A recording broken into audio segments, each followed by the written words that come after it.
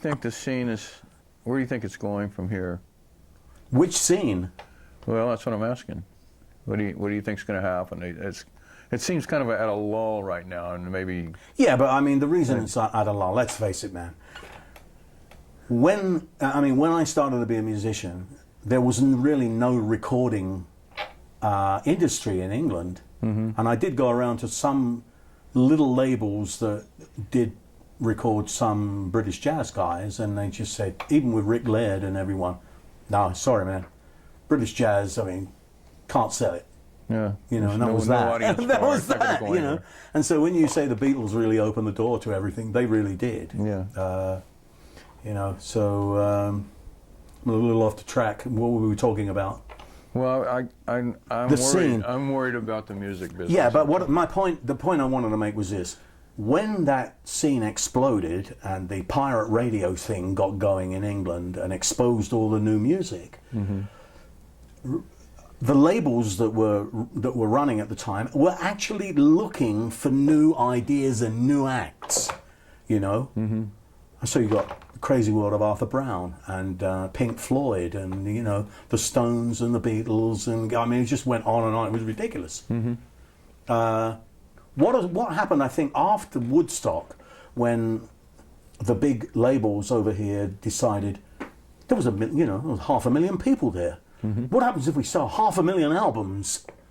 You know, this is ridiculous.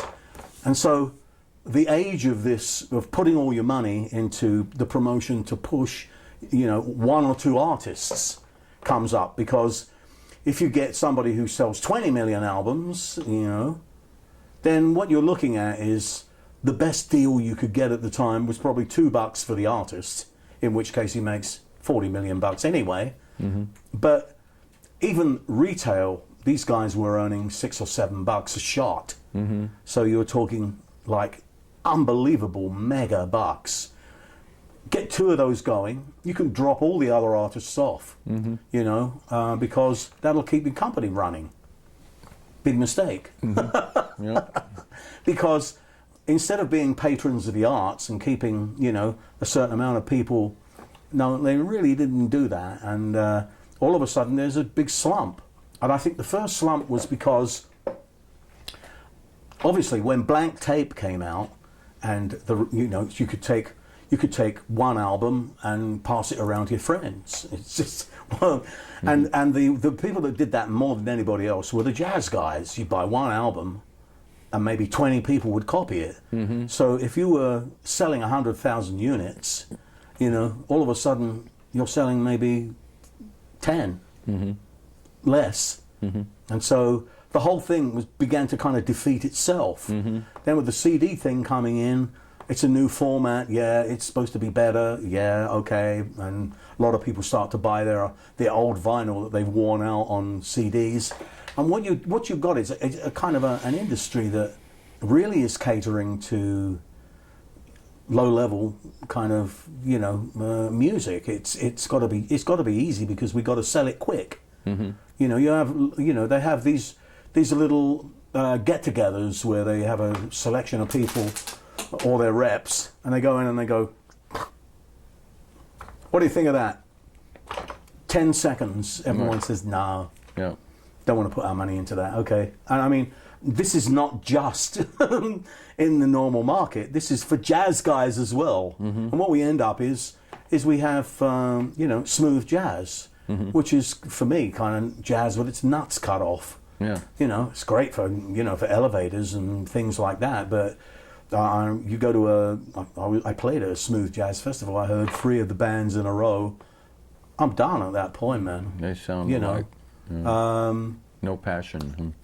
Not really, because it is a music format that you're squeezed into, because you've got to keep yourself alive and you need to earn some bucks. You know, and it's one of those things. And what you're getting is, the more that time rolls on, all the people that knew about music history and knew their music have been pushed into positions where they have no power. And the people with the power are the accountants and the lawyers. And so that's the taste that you're getting. It's their taste that gets put up on the radio.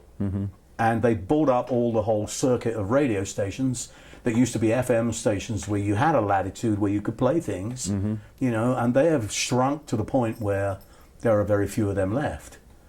So in a way, the scene is for kids who are starting out. I feel, you know, I'm looking at them and going, wow, you've got a tough road to hoe. But there is the internet, and they are finding other ways to promote their own product without going to the record company anymore. And what's happening is the record company is becoming more and more and more kind of extinct. I don't know how long we're going to go on with the way we are, but, you know, a lot of people now have their own little studio. They can make their own records. They can put it up on the, you know, the music will out at the end. And I think quality music will last. And so, you know, people are still buying the Dark Side of the Moon by, you know, and Led Zeppelin. Young kids are buying this stuff, man, because there's nothing out there that really can compete with that in terms of quality. So what can I say? I look at it all and I go, well, that's the way things are. And so we have to deal with the world that's the way things are. But I mean, I play all over the world, and we get incredible reception from everywhere. It doesn't matter where it is. So somebody's digging the music, you know. So people still want it. They do, and the strange thing is we played it in Poland last year for the first time, and the Philharmonic Hall in this city just outside Warsaw. I had no idea what was going to happen because I didn't know whether anybody knew me in Poland. The place was sold out. People turned up with vinyl, old vinyl, man. And I said to them, how could you get this? The wall was up when I made this. And they said, Iron Curtain. Yeah, but we had some friends in the diplomatic corps who could actually go outside. And so when they went to Berlin, we said, quick, go down to the record store, man, and get me this and that, and, you know, and bring them back. And recently I'm hearing from people in Russia. I mean, I'm getting requests for CDs from China. You know, and people saying, I listen to your records. And well, how can you listen to my records, man? Anyway, it's just amazing. Voice of America. This is what I learned from our Russian friends. Voice of America in Berlin would broadcast all this music, and the students would collect an album track by track. and if they had about 4 or 5 tracks of a particular album, then these little tape cassettes, there was a whole swap meet market in these. People would swap tracks, and they, you know, and so they know, man, they know our music. It's really amazing.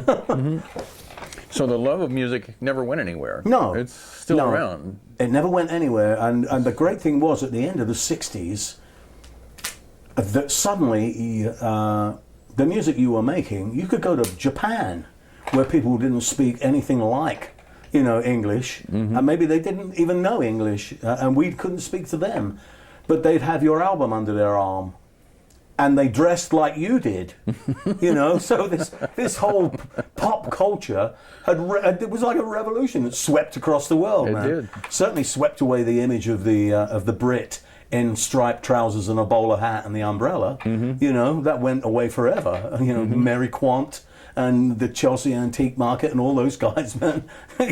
You know, all of a sudden England was the hit place to be. Everybody wanted to go there, to London.